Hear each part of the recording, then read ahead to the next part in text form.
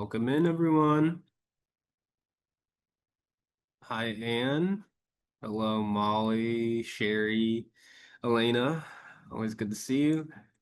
Uh, hey, Sarah. Great seeing you on camera.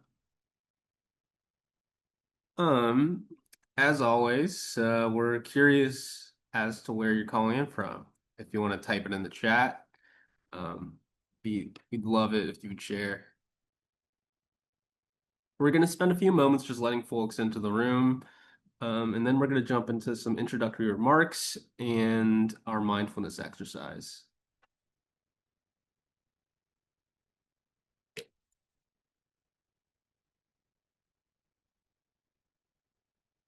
Sarah from LA, Molly from Maine, got Sherry calling in from Concord, North Carolina, Nancy from Pescadero, California. We have Mara from Cincinnati, uh, Jane from Oxford. Elena's calling in also from Cincinnati and from Memphis. Jenny from Portland. Bryce is holding down the fort at the Wells location in Cincinnati, in the Walnut Hills neighborhood.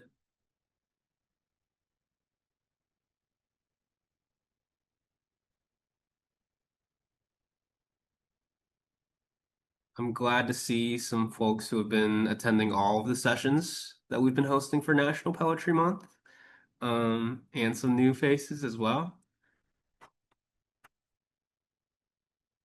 So I'm gonna jump in a few introductory remarks here. This is our third Mindful Poetry Moments virtual gathering of National Poetry Month, and my name is Patrick, and I manage the program here at the Well. If you're new to Mindful Poetry Moments, this is a quick rundown. We've been doing mindful poetry for about 7 years here at the Well, and it provides students and poetry lovers of all ages a mindful approach to poetry, using the medium, both listening to poetry and writing it, to come into connection with the world, ourselves, and each other. And the theme chosen by our curator for this year, Eddie Gonzalez, is This Common Home. And the theme, it brings together poetry that brings us into connection with what he's been describing as the more than human world, which we'll see in the poem that we're going to be discussing today. And the concept for these gatherings is pretty simple. We meditate, we read a poem, we hear a prompt, we write, and then finally we share what we write with a group. And then you can then submit that poetry on our website to get published in our annual Mindful Poetry Moments compilation, which I'll go over again at the end of this session and send out a follow-up email with instructions on how to submit. And additionally, we know that everyone isn't able to attend these meetings, but they still want to. So we do record these Zoom meetings and publish it on our YouTube channel for everyone to watch afterwards. So if you don't want to be in the video, you're only shown on the screen if you speak. So if you don't wish to appear in the video, just remain muted. Uh, and so with all this being said, our mindfulness facilitator for today is actually me. So I'm happy to jump into our mindfulness exercise. So today we are going to do a short orienting meditation. The poem we're going to explore, Quemado, Texas by Analicia Sotelo, has a very deep sense of place. So first, I want to begin by grounding ourselves.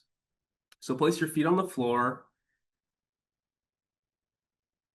put your hands on your lap or on your desk or table in front of you, in your lap, on your legs. So when we get revved up, when we're anxious or excited, it's easy to be unsettled.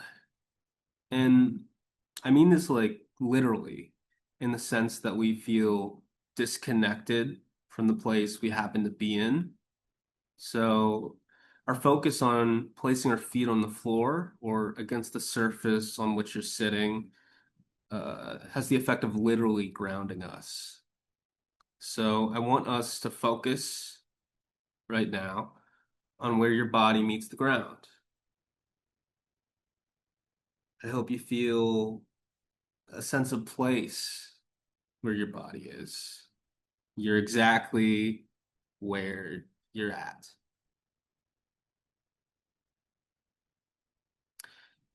Now, I want us to orient ourselves to the place we're at. Like I said, this poem is very much about place. So I actually invite you to open your eyes and to look around you.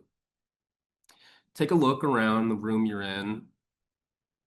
Look out the window, look at the ceiling, maybe, look at the floor, and let your eyes wander and take in all the details of the space that you're in.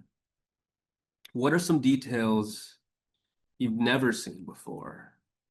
A stain on the rug, maybe a spot on the wall.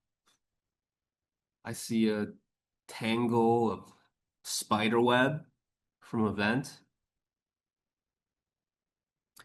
The word orient, it means east, which feels weirdly specific, but um, where it comes from the ancients with the Latin roots, orient is where the sun would begin to rise at the start of the day.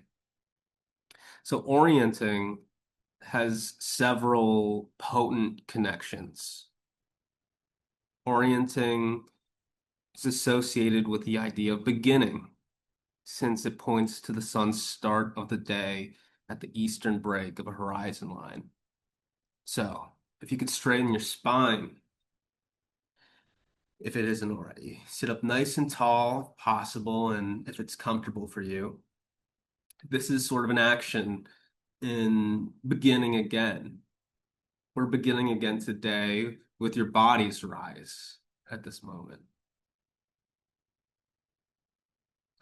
Orienting is associated with the idea of your position right now in the world. The sun gave the ancients the clearest point of understanding for their direction, east. So orient yourself where you're currently at. Contemplate, where are you in the world? Where are you in your room? What neighborhood are you in? What kind of landscape does your city reside in? Where in the world are you exactly?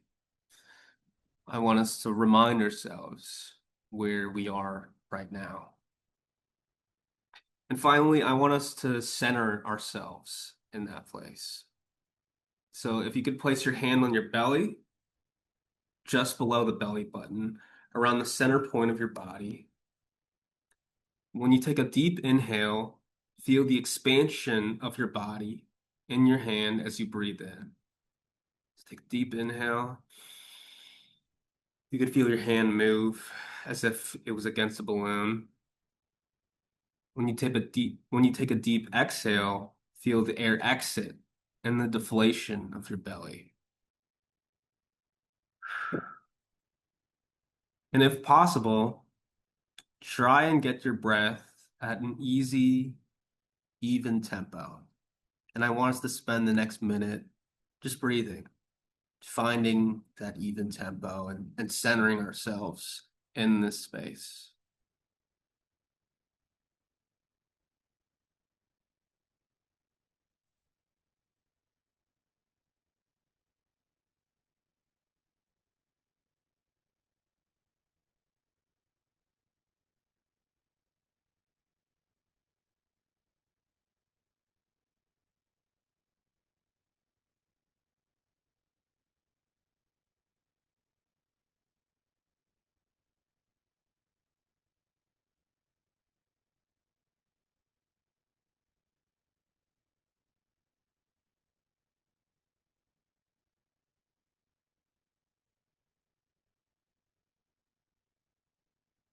So if you could gently return to our space, maybe rub your eyes or rub your face. Hopefully you're more greatly oriented in our space and time. The poem we're going to explore is really honed into that connection between body and place, memory's relationship to the land and the natural world. So I hope we carry forward this idea of orienting into our exploration of the poem. You are settled in this place, you know you're in this place, and you are in this place. And so, speaking of the poem, I want to introduce us to our poetry facilitator for today. Rebecca Lindenberg is a writer, educator, editor. She's the author of Our Splendid Failure to Do the Impossible, The Logan Notebooks, winner of the 2015 Utah Book Award, and Love and Index. She's the recipient of an Ohio Arts Council Individual Artist Excellence Award, an Amy Lowell Traveling Poetry Fellowship, a National Endowment of the Arts Literature Grant, and a Dorothy Sargent Rosenberg Poetry Prize, among others. She's an associate professor at the University of Cincinnati, where she is also poetry editor of the Cincinnati Review.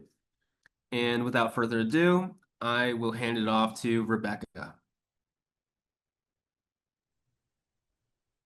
Thank you so much, Patrick, for that lovely meditation on presence and place.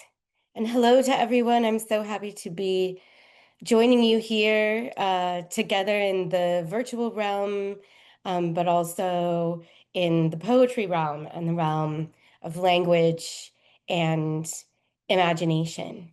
I am going to, without further ado, share this very beautiful poem with you all, and then we can talk about it a little bit.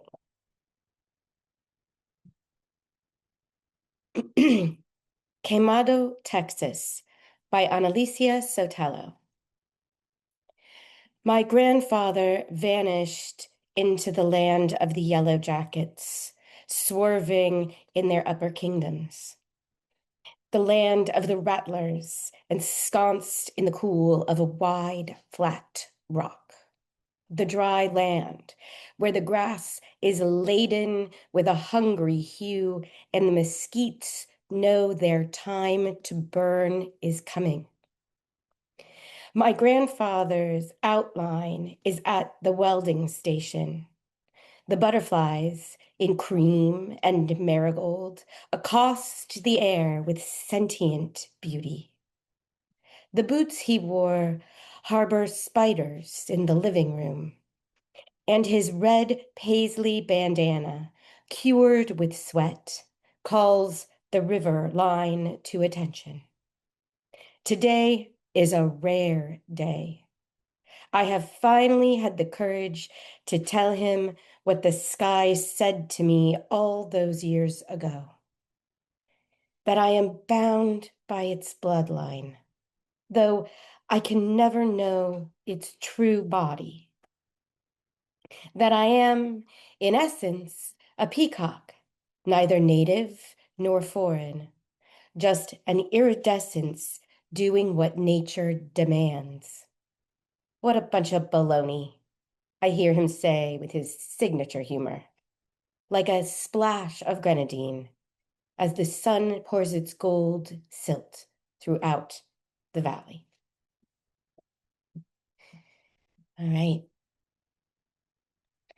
We can probably leave the poem up for just a couple of more minutes, give people the chance to let some of the language soak in and sit with some of the, moments of sound that are there, even to the eye in the poem. And um, I'm gonna I'm gonna start. I want to talk about this poem in some really specific ways, but I want to start by talking just a tiny bit about my philosophy about poetry before we dive in. First, I believe poetry happens in the heart first, not the head. Second, I think poetry is almost nobody's native language. So if you feel like you don't get something at first in poetry, that to me is a powerful moment of magic because it's a moment to pause without judgment for the poem or for yourself and reflect. And I think these are often the cracks where, if you're patient and present with both the poem and yourself, the light gets through. These are moments of discovery. I also want to say, I think all of us at every moment know more about the poem than we think that it does, because we start with how the poem seems and feels and makes us feel. And then that gives rise to observations about the poem, understanding of not just what it means, but how it means. And the intimacy with the poem is a relationship of discovery as well. And finally, I want to say I think that meaning is made in communities. It's not dictated by the author of the poem. It is built in a relationship between author, text, reader, culture, time, place, etc. Meaning isn't totally subjective, but neither does it happen in a vacuum. And neither is it necessarily static. Different texts mean different things to different people and communities at different times. And though meaning is still different from opinion, we can come together and agree on what and how something makes meaning in a way that doesn't require that we agree to feeling the same way about it. So, with that being said, um, I would love to ask people, and I am maybe we can put the poem away for a second. Thank you. I would love to ask people to maybe drop in the chat or else raise their hand and feel free to share or Quaker reading style is sort of blurt it out. If there are lines or images or gestures, something that is in the poem that you connected with really deeply. I would love to hear what people, you know, what kind of is luminous in your memory of looking at and hearing the poem?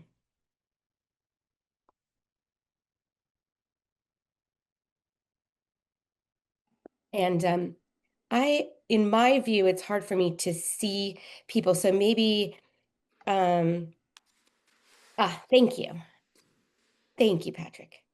So if anybody wants to put stuff in the chat, yeah, the outline at the welding station. Absolutely.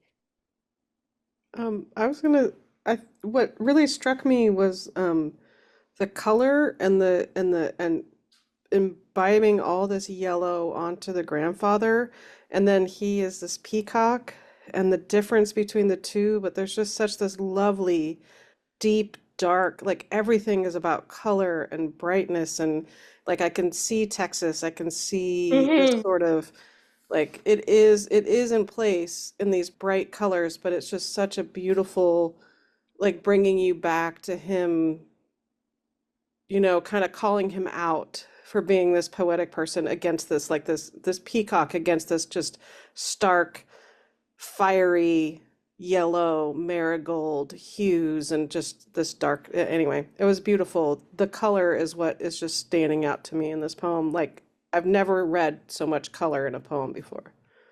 It's such a great observation. And these are really like desert colors.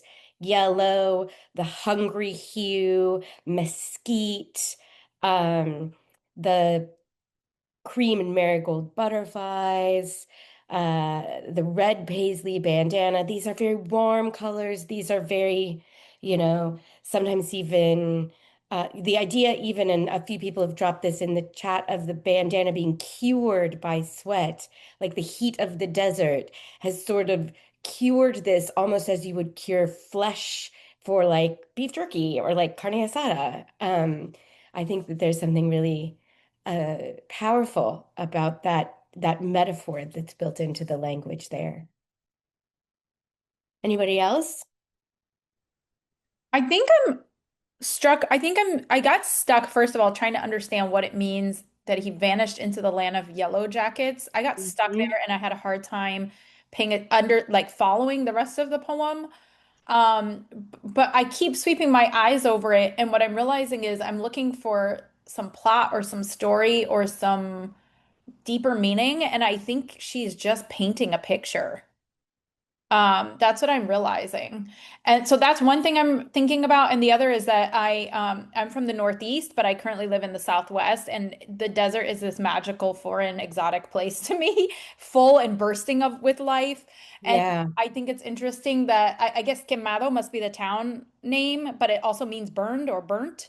And so I'm thinking a lot about people like who come from places I come from, and they think, and someone here also said stark.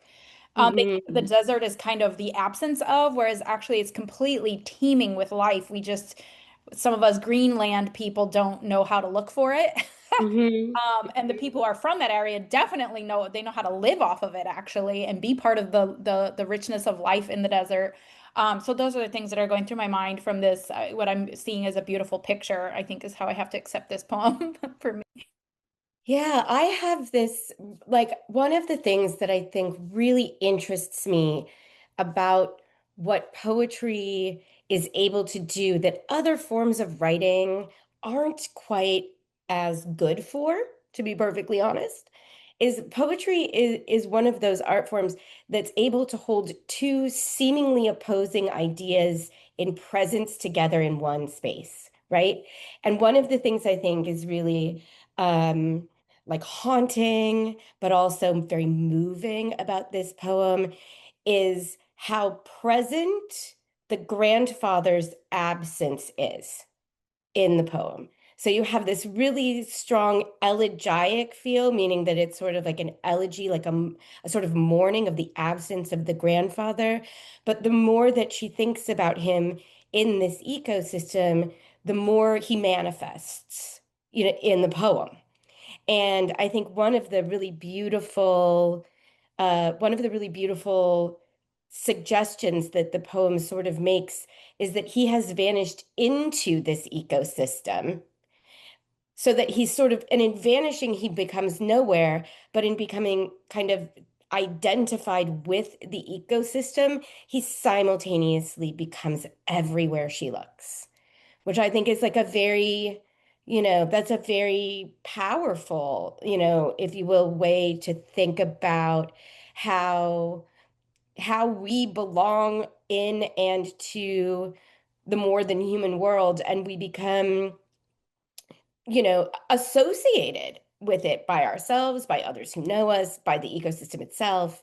And so, I think that the way that that presence and absence get to coexist in this poem is pretty cool. So I'm glad you brought that up. That was really smart.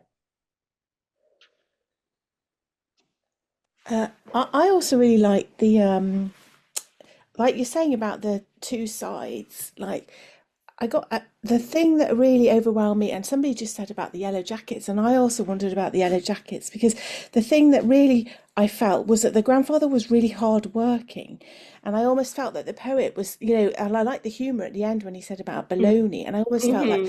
the poet was feeling stuff, but then she was looking at him, and I also think with the curing of the bandana, like almost like he was almost animalistic, like he was a functioning thing, but also he's a weld, he's welding, so he's all about extracting from nature, whereas she's kind of more like loving it and saying how beautiful it is.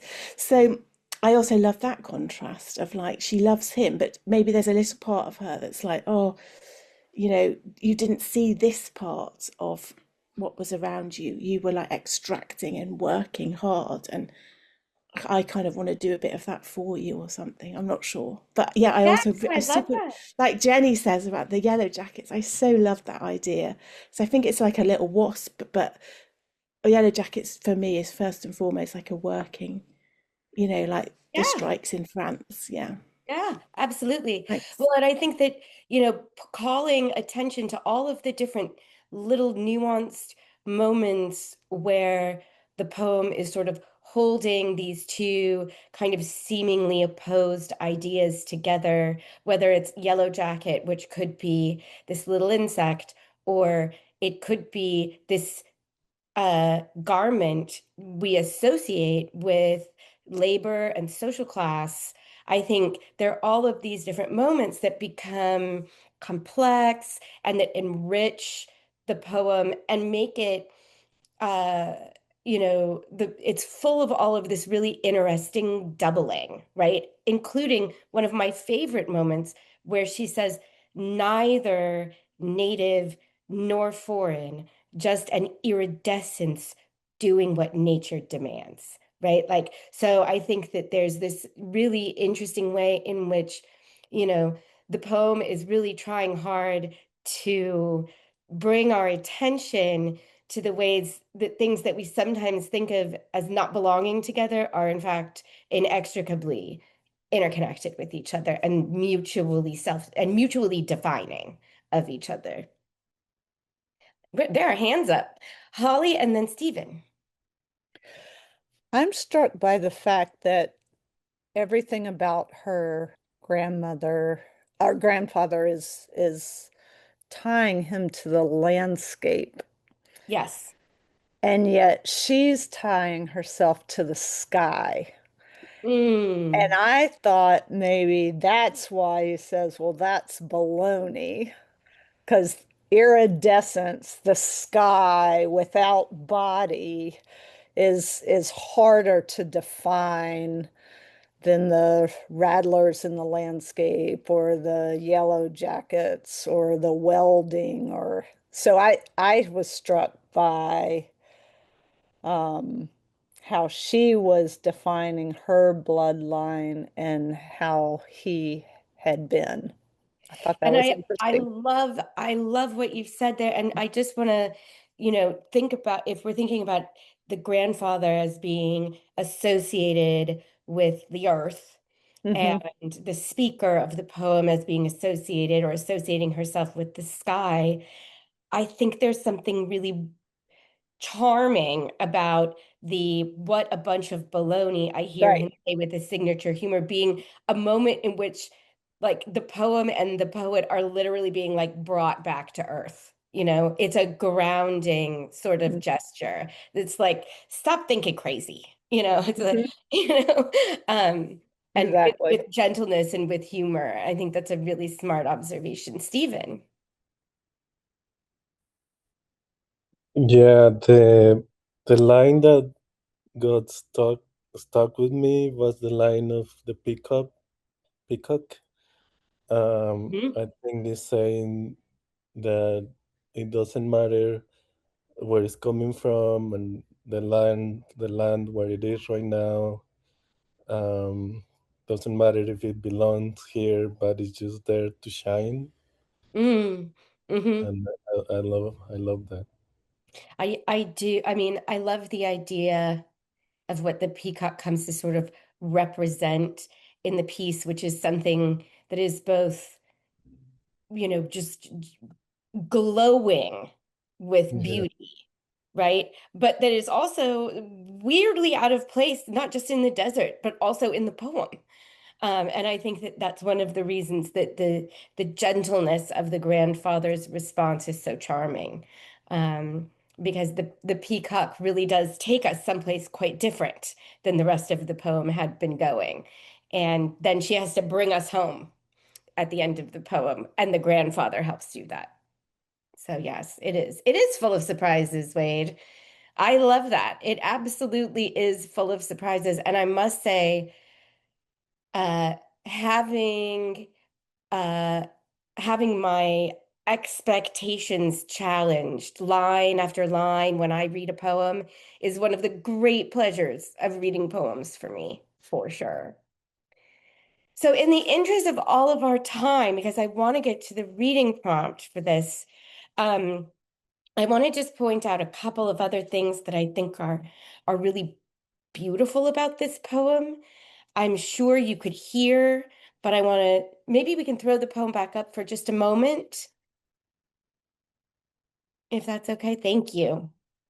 So I want us to be able to hear one of the coolest things in the poet's toolbox is the rhythm and the rhyme, meaning not just like hall, call, rat, bat, but the different sort of softer slant rhymes and assonant, meaning vowel rhymes, the sort of internal music of poems, as well as alliterations. And in this poem, if you look sort of in the beginning, in the first half, here are some of the sounds I find: grand, land, grass, laden, weld, gold, bandana, all of which either have that sort of ah, ah sound, or they have similar consonant combinations, either nd or ld, with ld or nd. And the prevalence of those sounds really sort of it kind of gives the poem, if you will, its key. If we were to talk about music, like I would describe this as like a D major poem.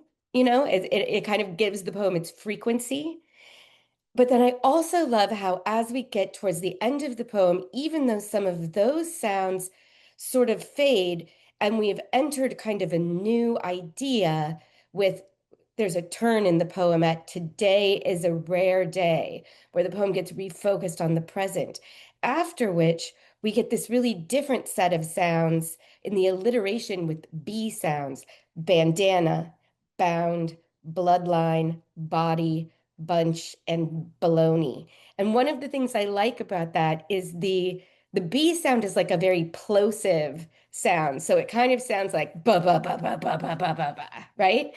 And I think that there's a way in which the poem kind of starts out with these sounds that kind of launch us up, and then it brings us back with those kind of almost humorous, like B sounds that are repeated to each other that feel really physical. They feel really embodied. They feel really palpable. And when I say those words with my mouth, I feel those things too. So I wanted to point that out because I think that that is one of the delightful things about the poem, and sound is such an important part of poetry, and I didn't want it to go unnoticed. But without further ado, here is my poetry exercise for you all. In this poem, and we can leave it up for now so people can see what I'm talking about, Analicia Sotelo maps her grandfather onto the landscape she most profoundly associates with him. In his absence, in vanishing into that landscape, the landscape itself remains as a representation of him. He has vanished into it, becoming everywhere. So here's your job. Think of a person in your own life who is important to you. Okay? Then think of the environment with which you most deeply associate that person for whatever reason. It could be where they're from, or where you spent the most time with them, or it could just be their vibe. Describe this landscape. This is what I want you to do. This is what happens on the page. Describe this landscape in such a way that it communicates and or evokes the personality of the individual who's important to you. Is the person / environment tough? Are they comforting? Are they cold? Are they suffocating? Do they make you nostalgic? Are they lofty and inspiring? Try to capture the person who's important to you by describing the environment with which you most strongly connect them. Thank you for reposting the prompt in the chat so that everybody can see it, but also like poetic license, guys. Like these are your words, it's your moment. Go crazy. I'm setting a timer for everyone, so we'll be back in about 10.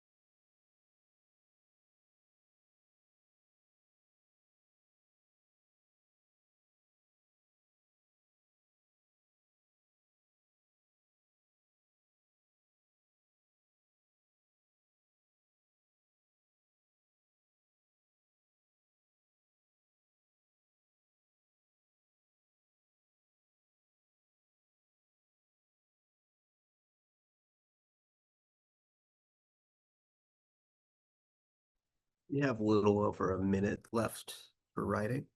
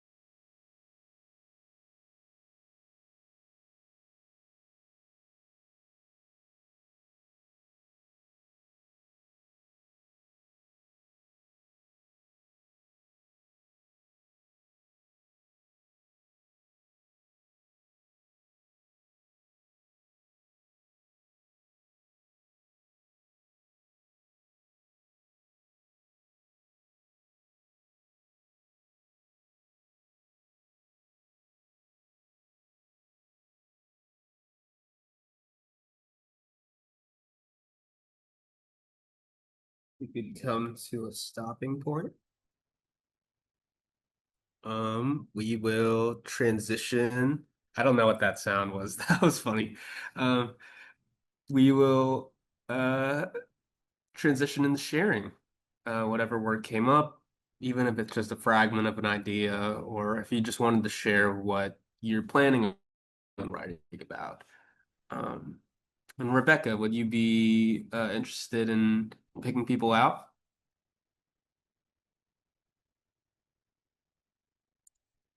Yes, you can just use the raise hand button. Um, and yeah, love to hear Yeah. folks share. Yeah.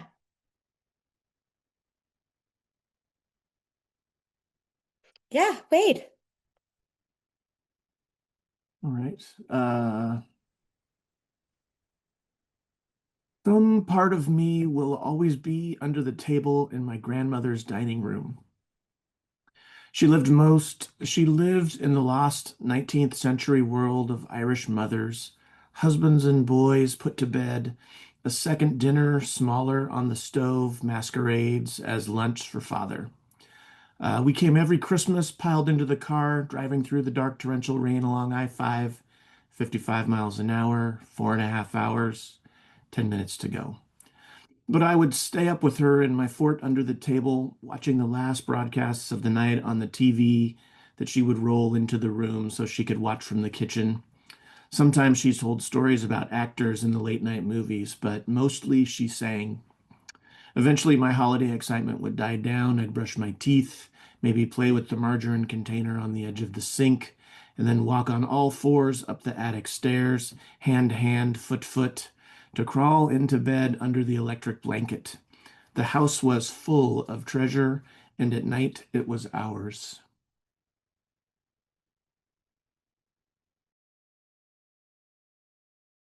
Oh, that's so. Can I just say some words of praise over your details?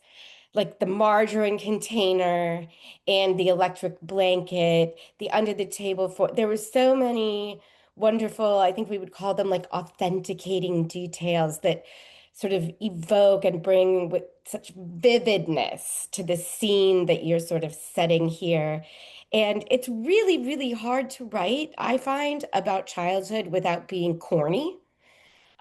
And I feel like it is perhaps through some of those super specific details that you manage to write about something that feels very, fully imagined from a childhood perspective without ever being cheesy. And that is very hard to do.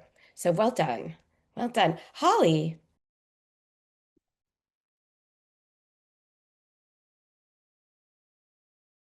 Thank you.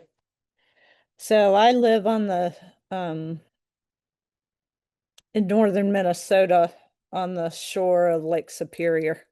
So it's the predominant landscape and it's amazing. The stone-strewn shoreline of the Great Lake, not ocean or saltless sea, except by size and personality. Such is my homeland and my husband, always present, but never the same. Beard one day, goatee the next, gray hair askew as crashing waves from a nor'easter wind, glassy glow from the morning sun. One no more or less noteworthy than the other. Steadfast is a strength and fortitude that feeds my fascination, that love this large is allowed to flourish a stone's throw from home.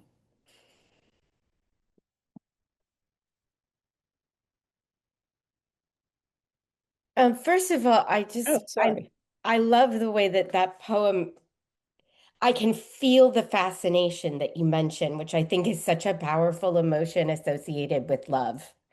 And I love the moment where you transition from sort of describing his kind of face and his hair and his beard to describing the kind of gray waves of the ocean, or not the ocean, the lake, The lake. the lake, and the way that he almost becomes kind of godlike and sort of epic in this way that he gets kind of identified with this massive, great body of water. There's something, it feels almost ancient about it somehow that I just find really compelling. I just love it. Thank you. Yes. Lynette. Hi. I first have to say to the first poet, I also lived under a table at my grandmother's. And I just loved that, so often the unexpected is what brings us together. This is just the beginning of something. My mother moving from New York to Vegas. And I'm sorry, I'm surrounded by animals. They keep wanting to be right where I am. Raised in the streets with butts in the gutter, gum turned black on the pavement, sidewalks buckling, curb cuts crumbling. From there, it felt like graduating to make it to the land of neon lights. Bright baubles blinking, faces shining in the afterglow, big dreams reflected, hopes held high in the desert sky.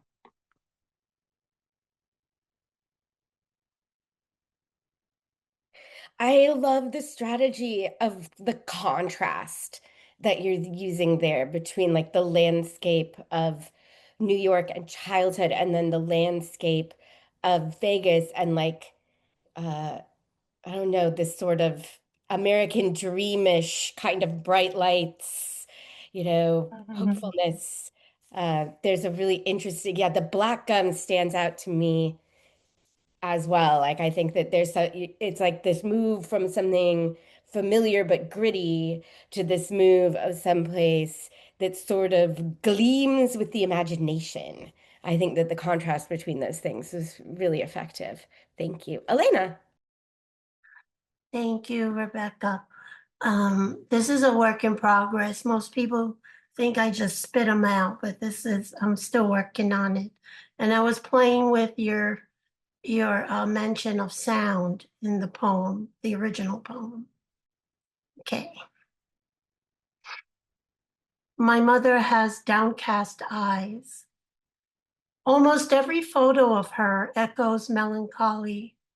The beauty with the downcast eyes is seen in hopes she will look up and see me. We only have images between us and a lock of her deep chestnut hair pressed in an embossed envelope, yellowed by time and tears. She waited 11 years for my father to bring her over. Oceans between them are as apart as his vows. The worry goes from light to dark, from those heady days in colonial Manila to the more level streets of New York City. She always holding me, and I watching and waiting, clutching teddy bears, and sleeping beside her until she left. My heart as landscape escapes from desert to meadow, even as to inheriting those downcast eyes. Thank you.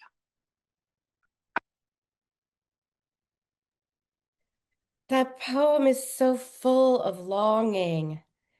I can just feel it. It is so visceral in a way. And there's just so many glorious details, the lock of hair and the yellowed envelope.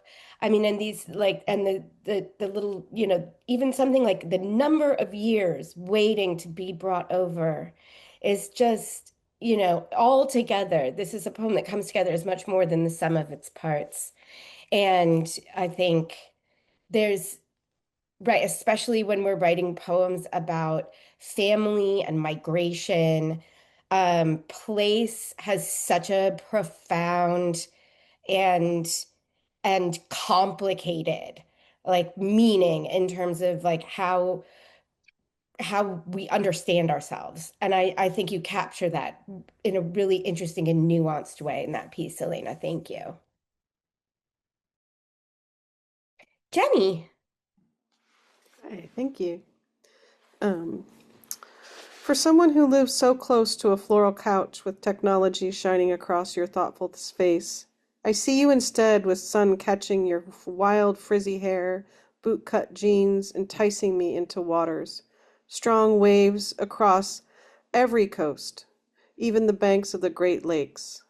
Keeping my feet off the dangerous bottom, you are always ahead leading the adventure. From the high dive with your nose plugged, the loud sounds of children against concrete splashing and crisping dry skin, and the smell of mom's freshly bleached towels, you stand so tall against the sky, the humidity sticking to everything.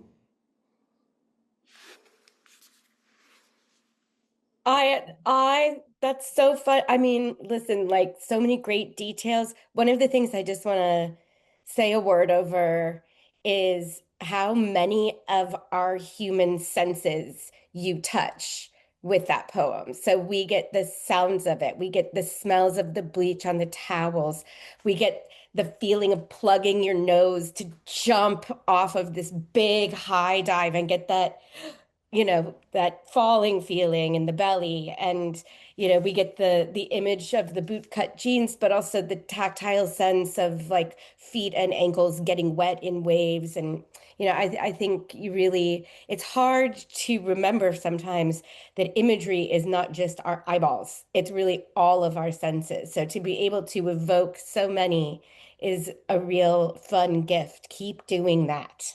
Good job. Sarah. Thank you.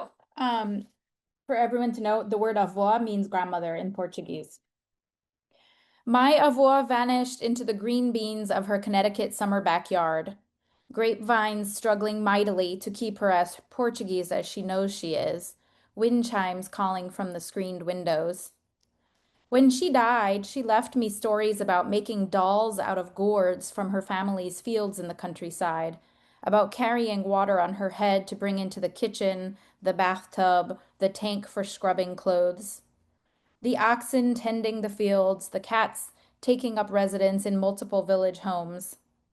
Her feet were for stomping grapes, whose wine sustained the family during winter. Suburban Connecticut was just another place to adorn with crocheted doilies, a green and red flag, rusted garden scythes, and tools for irrigating and keeping the rabbits out. Thank you. I'm so impressed with how in 10 minutes and in such a relatively short amount of lines, you managed to start in like the green beans of the backyard in this like domestic space, take us far and wide back to the old world and the old world ways, and then bring it all right back home to Connecticut again at the end. That out and back movement is a really satisfying movement in poetry. And you really got like to be able to get there in such a short amount of time is really impressive. And to give us so much uh vibe, right? Like that poem is a vibe. So wonderful. Thank you.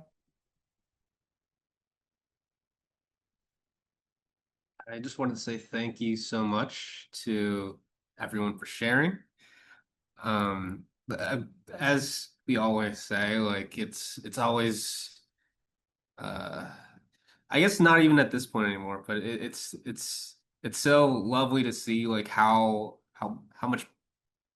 potent the work that comes out of these 10 minutes is just from the sessions that we have. I wanna thank Rebecca for holding space in such a lovely way.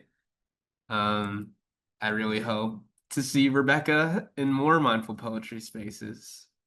And speaking of, we will be doing our last Mindful Poetry virtual gathering on April 22nd, next Wednesday. Same time, 3 to 4 p.m. Eastern Standard Time.